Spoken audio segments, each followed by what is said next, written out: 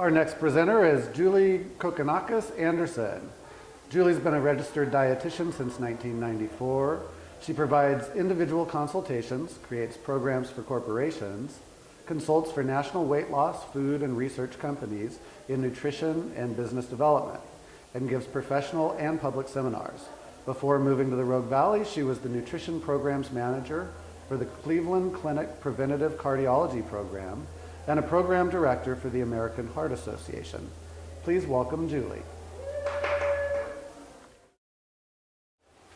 Each of you personally have your own culture that you either have brought from your family or you've created for yourself. So many cultures have the same dietary elements to fight disease and promote health, and they're all very different cultures. So who has the highest number of individuals that live to be over 100 healthfully? U.S. Institute on Aging. There's also a book called The Blue Zones. And it's interesting because they said, wow, these people live a long time pretty healthfully. Why? What's different? Are they genetically different? They looked at that. Nope. But these were the winners on the highest number of individuals living to be over 100 healthfully. Look at these. How different are these cultures? The Sardinians, the Okinawans, and the Seventh-day Adventists in Loma Linda, California. We made the list. You know, the U.S. made the list. But what do you think these cultures have in common? Because they're all very different cultures. Anybody want to guess? And you don't have to guess if you... Eating. Okay, food is one of them. Yeah? Vegetarian. Interesting, yes. So the Seventh-day Adventists are fully vegetarian, but the Okinawans and the Sardinians are not. But you know what? Their diet is plant-based, which is different. Fish, yes. Okinawans and the Sardinians, fish and seafood is a big part of, because these are islands, remember? It's another interesting little key. So let's look. They actually did research and everything on it. And what they found was they don't smoke. These individuals who are over 100. Now, remember, these cultures are changing drastically. The younger population in these cultures does not honor some of these things. So their disease rates might be higher, their longevity might be lower. They put family first. How interesting, right? That social engagement. They're active every day. It's hard to be active in our community. I wish I could walk everywhere. I mean, when I think back on, you know, my grandma never got her driver's license, yet she got everything done. She was in an area where she could pretty much walk everywhere and catch a ride here and there. They stay socially engaged. They eat fruits, vegetables, and whole grains, and I'll define what a whole grain is because there's so many wacky definitions now with food manufacturers. But look at the differences, big differences. The Sardinians drink red wine. The Seventh-day Adventists don't. The Okinawans don't. They share their work burden with a spouse. They eat a certain type of cheese that's rich in omega-3 fatty acids because it's goat and sheep cheese. The animal grazes on grass, it's not fed grain, and so, of course, what do they produce? They produce something, a different type of food, essentially. And so their milk and their cheese is higher in conjugated linoleic acid, which is omega-3. The Adventists eat nuts and beans, observe the Sabbath, and have faith, and the Okinawans keep lifelong friends, eat small portions. This is so ingrained in the culture of Okinawans. They even have this, and I wish that I could, it's like Hari Hashibu or something like that, I don't know what it is, but where they basically say, they push themselves away from the table, enough. That's really powerful. I mean, because the Mediterraneans don't have that, eat more. I mean, stuff yourself, that's how I grew up. So let's take a look at the culture from a food standpoint. Vegetables and fruit. Someone said vegetarians. Yeah, predominantly because animal products are really expensive in a lot of these areas. Olive oil, legumes, beans, seafood. Aged meats are very different than the types of meats that we eat. Fresh eggs. Has anybody seen the difference between a fresh egg and, what's different about it when you get a local fresh egg or one from your own chickens? Color of the yolk.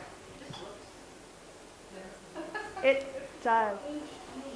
Aged meat. So most of the meats in Sardinia specifically, but in most Southern European cultures, they're actually dried and aged very differently. And so they brown differently. They're not used in, oh, thank you. Oh, That was loud too. that's so nice. Salami, or what do you? So exactly? it's different. The aging process takes a really long time. Okay, Um, So hams, beef, any type of meat. It's just the process is different. In most of the U.S., the processing time is very quick, and so preservatives are added, and sodium, and a lot of times it's injected in.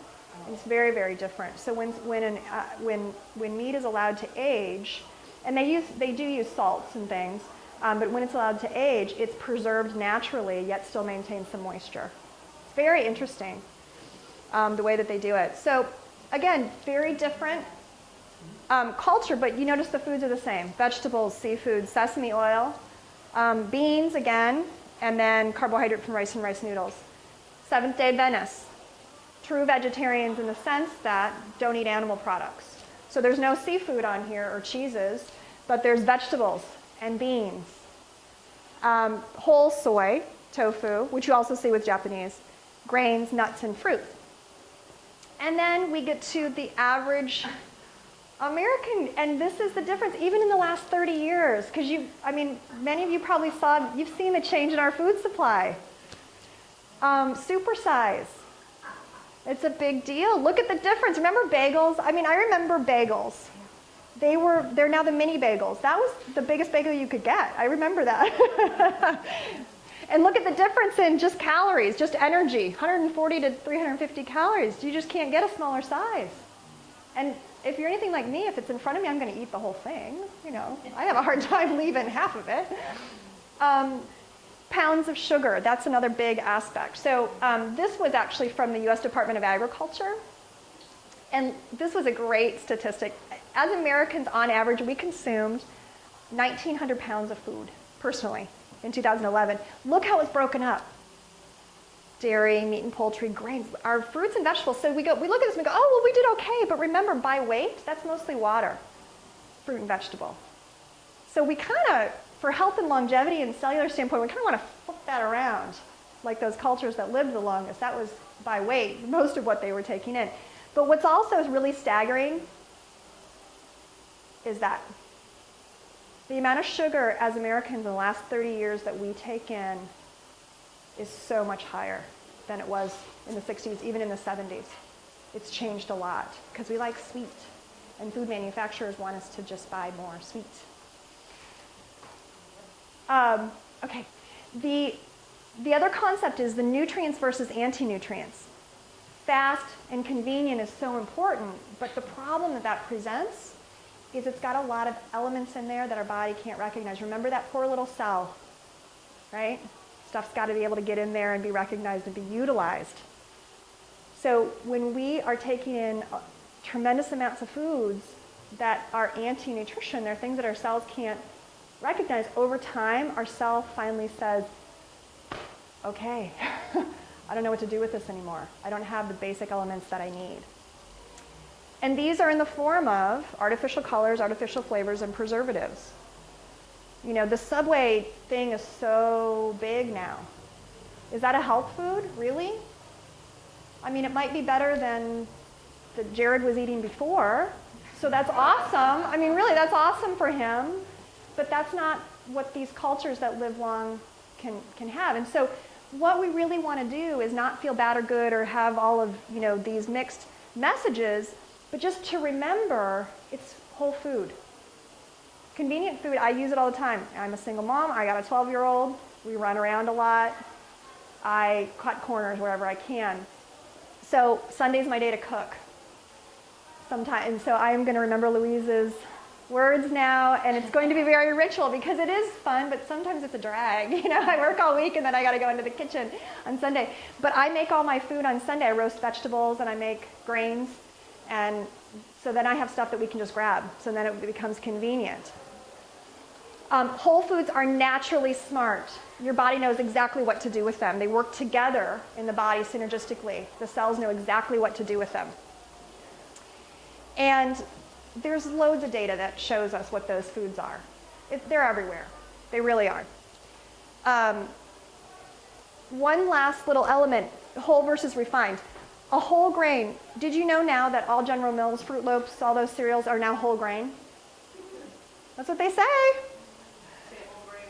They do. So what they did is they changed their manufacturing equipment. So they take the whole seed, so they use the bran, the sperm, the endosperm, and the germ, but they pulverize it, so it creates this powder.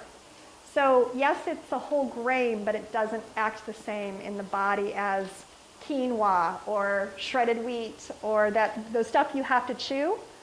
Doesn't even come close. So don't be fooled by food manufacturers. Fruit Loop's still a Fruit Loop. So this is where you get to really determine what works for you and what are your patterns. And this is where you get to be gentle with yourself and easy with yourself. And you say, what am I willing to alter? What am I willing to look at? What am I willing to do differently? What am I inspired to do differently? And really recipes, you know, we don't spend a lot of time in the kitchen anymore, but I will tell you, yeah, right, who said that? Right on. But there's really cool everywhere. You know, I'm standing in the line for groceries, and this was Real Simple magazine. And wow, that was gorgeous. And that's one bowl, and it's got barley, you know, it's got grain in there, it's got fruit and vegetable. This is salmon, probably has a nice olive oil dressing or something like that on it. And, you know, these things are kind of all around us. These are called Super Bowls. And I have held onto this for a long time. I don't remember what year this was. But I loved this because it reminded me again, oh, I can do some of that once in a while. You know? And maybe my once in a while can be every week. And it just helped me be a little bit more creative. You know, roasted cauliflower, my boys, they were like, what is that smell? And they, you know, they were really put out. And they ate it when I served it, and they went, this is amazing. I'm like, yeah, it was the smell. You know, that smell you were complaining about, because it's got olive oil and, you know, some seasoning on it. It was delicious. So allowing yourself just to be inspired again with the foods that you choose can be really important. There's great websites. Eatingwell.com is awesome. They'll send you emails if you like that kind of thing. And then Vegetarian Times helps you get back into the whole realm of eating vegetable. I have a lot of vegetarians that come to me and they say, I need to lose weight. I think I eat well, but their entire diet is based on grilled cheese and pizzas. That's a true story because there aren't options in their minds, right? And this is not a new concept. It's a very old concept. So thanks for attending today, and I hope that I was able to provide some insight for you.